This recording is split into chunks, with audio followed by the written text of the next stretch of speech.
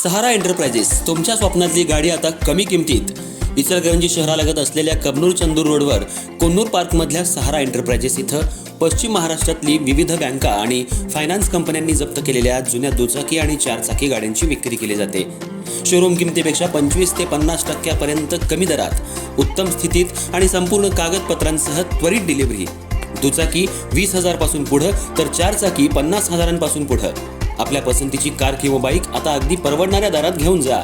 विश्वास, पारदर्शक व्यवहार आणि उत्तम सेवा हेच आमचं वैशिष्ट्य। पत्ता Konnur park, Kabnur Chandur road, Ichalkaranji. Proprietor Rajubhai Ajgar. संपर्क 8055810910 आणि 9860785786। सहारा एंटरप्राइजेस, दर्जा, विश्वास आणि बचत यांचं परिपूर्ण ठिकाण।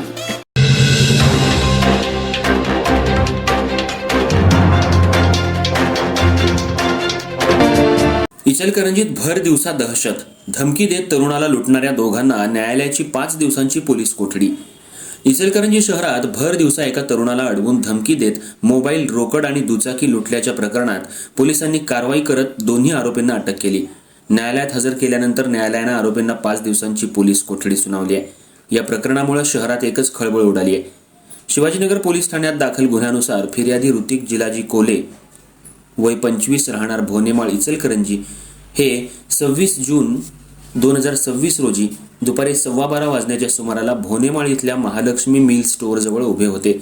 यावेळी आरोपी रुपेश पंडित नरवटे, राहणार शास्त्री सोसायटी, भोनेमाळ, इचलकरंजी, आणि सुमित प्रतीप परीट, राहणार साई मंदिरजवळ, कबनूर, हे निळ्या रंगाच्या ॲक्सेस मोपेडवरून तिथं आले।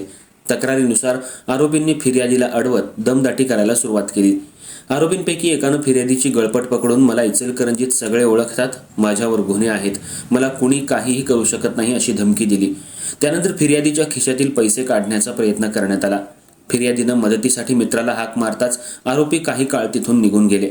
मात्र सुमारे 10 मिनिटांनी फिर्यादी पुन्हा त्या ठिकाणी आल्यानंतर आरोपींनी त्याला पुन्हा अडवलं, शिवीगाळ करत मारहाण केली आणि जबरदस्तीनं त्याच्याकडील iPhone 16 आणि Vivo V20 Pro हे मोबाईल हिसकावून घेतले। यानंतर जीवे मारण्याची धमकी देत मोबाईलचे पासवर्डही उघडून घेतल्याचा आरोप करण्यात आलाय।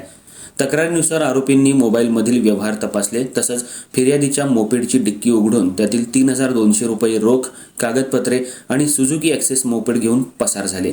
या घटनेत एकूण 1,23,200 रुपयांचा ऐवज लंपास करण्यात आलाय। या प्रकरणी गुन्हा क्रमांक 509/2026 अंतर्गत भारतीय न्याय संहिता 2023 नुसार शिवाजीनगर पोलीस ठाण्यात गुन्हा दाखल करण्यात आलाय।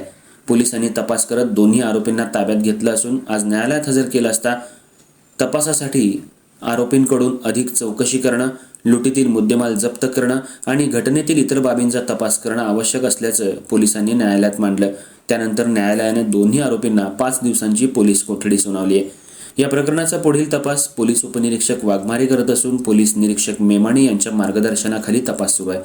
इचलकरंजी शहरात वाढत्या गुन्हेगारीच्या पार्श्वभूमीवर या कारवाईकडे नागरिकांचं लक्ष लागलं असून आता पोलीस तपासातून आणखी काय माहिती समोर येते हे पाहणं महत्त्वाचं ठरणार आहे।